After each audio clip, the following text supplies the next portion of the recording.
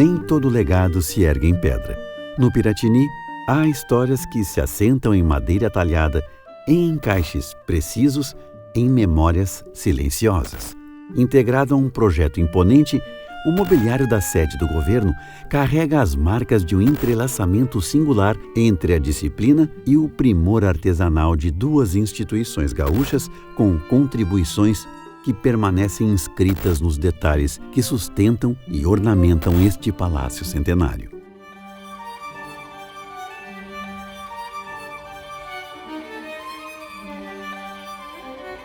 Episódio 4. O mobiliário palaciano. A Casa de Correção, na verdade, era a cadeia civil de Porto Alegre, né? O nome Casa de Correção era um nome que se dava para aquelas, vamos dizer assim, unidades prisionais que, na verdade, pudessem promover a correção daquele indivíduo que estava preso ali, ou seja, a sua recuperação e a volta dele numa condição boa para a sociedade. Ela foi fundada em 1855, mas ela só veio a ser chamada mesmo de Casa de Correção a partir de 1897, que foi quando o Borges de Medeiros, como chefe de polícia, né, e responsável pelo processo todo da prisão em Porto Alegre, passa então a fundamentar um sistema prisional muito característico que já era o plano, digamos, dos republicanos quando assumiram o governo. Ele passa então a criar uma série de regulamentos, né, que disciplinavam o sistema prisional. Ele cria uma cozinha que não existia e no bojo de todas essas transformações, ele implanta então o sistema de oficinas de trabalho penal. Lá dentro tinham ofícios de cozinha, se aprendia marcenaria, se aprendia carpintaria. E então essa produção começou a se tornar uma produção muito interessante para venda. Ao longo dos anos, o Estado recorreu com frequência ao trabalho dos apenados da Casa de Correção, encomendando móveis para escolas e instituições públicas. Quando o Palácio do Governo se aproximava da ocupação definitiva, Borges de Medeiros solicitou peças que completariam a imponência do novo edifício. Assim, móveis produzidos atrás dos grandes muros à beira do Guaíba encontraram lugar nos salões da sede do governo. Esse móvel palaciano tem que ter proporções grandes. Por quê? Porque eu estou falando de palácio, eu estou falando de poder. Então teremos móveis rebuscados, teremos móveis com estilos históricos misturados. A arquitetura do final do século XIX ela estava muito eclética. E a gente percebe isso passeando pelo centro de Porto Alegre, onde a gente tem o neoclássico como base, com vários elementos misturados. E então isso se refletiu no mobiliário, certamente. As oficinas da Casa de Correção começaram a tomar forma a partir da habilidade dos próprios internos ainda em 1897. Mas foi nos primeiros anos do século XX que a estrutura se consolidou. Entre 1900 e 1902, surgem nos registros oficiais os primeiros marceneiros e padeiros contratados como especialistas. Eram profissionais práticos, sem formação formal, mas com conhecimento comprovado, chamados para transmitir técnicas e saberes, dando forma a um espaço de produção que unia trabalho, aprendizado e disciplina. A oficina de marcenaria contratou 2 técnicos mobileiros de Porto Alegre. Esses 2 técnicos foram responsáveis por todo o mobiliário Luís XV, Luís XVI, que foi feito na Casa de Correção. É de se pensar como que esses apenados tinham conhecimento histórico para fazer o tipo de mobiliário que se encontra, que se atribui a eles no palácio. Provavelmente de catálogos, provavelmente de copiando outros móveis, porque era um conhecimento rico, consegui misturar todos esses estilos e ficaram peças lindíssimas. Durante os primeiros anos do século XX, as oficinas da Casa de Correção funcionaram com vigor, sustentadas por investimentos regulares e materiais de qualidade. Mas a partir de 1932, esse cenário foi perdendo força. Sem recursos para manutenção ou modernização, o trabalho dos internos se tornou inviável. Ao final da década, restavam apenas atividades pontuais. Com menos trabalho e mais presos, a superlotação gerou uma crise que se intensificaria ainda mais nos anos seguintes.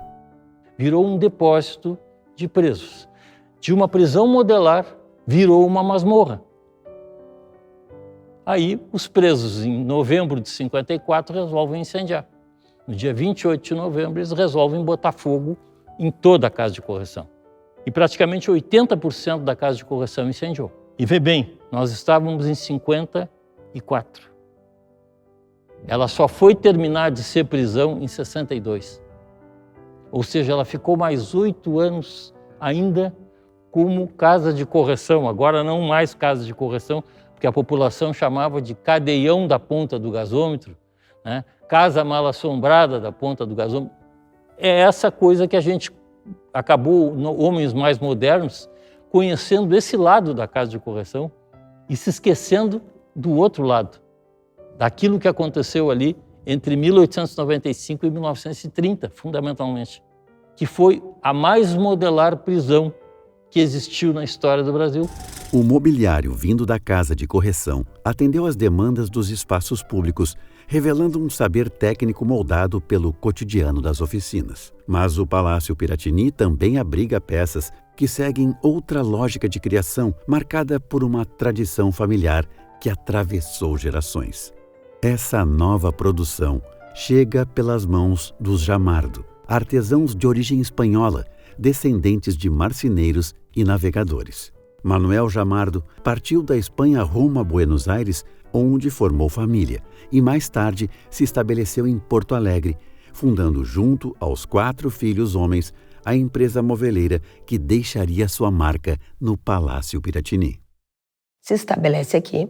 Em 1913 ele cria uma empresa, que é uma empresa de marcenaria, de fabricação de móveis e de pianos também. E aí começou a fornecer móveis para famílias de poder aquisitivo alto, porque eram móveis muito caros, muito trabalhados. Começou a fornecer também para o Estado. Aí forneceu para a Secretaria da Fazenda, Correios e Telégrafos. E assim vai. Esses prédios públicos passaram a receber, então, móveis trabalhados naquele padrão, que é muito mais do que uma obra de arte, né? Não é um negócio só de uso corrente, isso é de trabalho mesmo, de esmerado, assim. Nesse tempo eles já eram importadores também, porque para te fazer um móvel daqueles tu precisa de dobradiças, daqueles enfeites de metal, tudo, que não existia nada no Brasil, tecidos para fazer grandes cortinados, bordados, etc. Importavam tudo, eles passaram a ser importadores também de objetos e materiais de decoração. Todo material de luxo.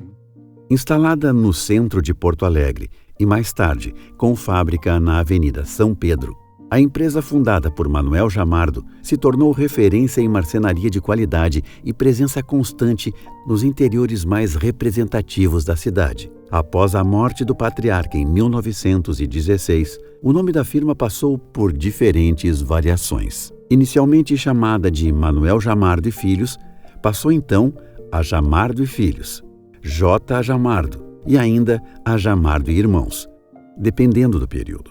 Apesar das mudanças, a estrutura societária permaneceu familiar, sustentada pelos 4 filhos do fundador, que deram continuidade à tradição familiar do ofício. Ramon Jamardo assumiu a parte administrativa e fiscal, garantindo o funcionamento interno da firma. José Maria Jamardo coordenava as operações, atuando como diretor-geral do negócio. Bernardo Jamardo era o elo com o público, presença constante em exposições, eventos e iniciativas comerciais, sendo peça fundamental para o trabalho de divulgação da marca. Já Arturo Jamardo cuidava da criação artística, desenhando cada peça com atenção aos detalhes e imprimindo personalidade ao mobiliário. Catálogos eram distribuídos pelo correio, para as pessoas ou famílias que tinham condições A propaganda, a publicidade não era feita com ouro, assim, a varrer seletiva, né? Sabe que fulano, ciclano tem muitos recursos ou ganhou um cargo de muita expressão para ganhar muito dinheiro. Então eles ofereciam um livrinho de modelos de quartos, modelos disso, daqueles salas. Sabe? Eu sei que eles, o que havia de mais moderno, eles sempre conheciam, ou tinham mandado trazer para ver, eles eram muito curiosos nesse sentido, de aplicar técnicas novas, tudo. Na ala governamental e principalmente na ala residencial do Palácio Piratini, é possível encontrar muitos dos conjuntos de móveis encomendados da empresa da família Jamardo pelo governador do estado. São composições com várias peças pensadas para atender às necessidades dos ambientes privativos, sem abrir mão da grandiosidade que se esperava para a nova sede do governo. O Getúlio encomenda dos irmãos Jamardo móveis para a ala residencial. E esses móveis será um mobiliário muito suntuoso, que mostra muito poder. Nós percebemos isso através até de simples cadeiras, que poderiam ser simples cadeiras, são quase tronos, de tão rebuscado, de tão rico em detalhes. Outro detalhe também que é muito importante é a funcionalidade, é o conforto. No momento em que tem uma peça para cada momento do dia daquela pessoa que habitava ali, era uma questão de conforto. Hoje, o nosso banheiro é multifuncional, o nosso quarto, tudo é muito prático. Não existia essa praticidade, existia, sim, o pensamento de conforto. A trajetória da empresa da família Jamardo também foi marcada por perdas. Em 1917, um incêndio atingiu a sede na Rua da Praia, comprometendo o funcionamento da firma. Anos depois, um novo incêndio, desta vez na fábrica da Avenida São Pedro, selaria o destino do empreendimento. Em 1935, acontece um grande incêndio e eles perdem toda a fábrica. Então, se encerram as atividades, né? O que foi lamentável, porque eles tinham uma qualidade muito grande, não só em termos de ornamentação e beleza estética, mas eles também tinham uma qualidade de fabricação de material muito rico. Entre uma oficina prisional e uma marcenaria familiar, o mobiliário do Palácio Piratini revela mais do que formas e funções. São rastros de saberes transmitidos no silêncio do trabalho, moldados por experiências tão distintas quanto complementares. Repleto de desafios, o legado desses criadores resiste não apenas nos móveis hoje centenários, mas também na memória que eles perpetuam. No próximo episódio.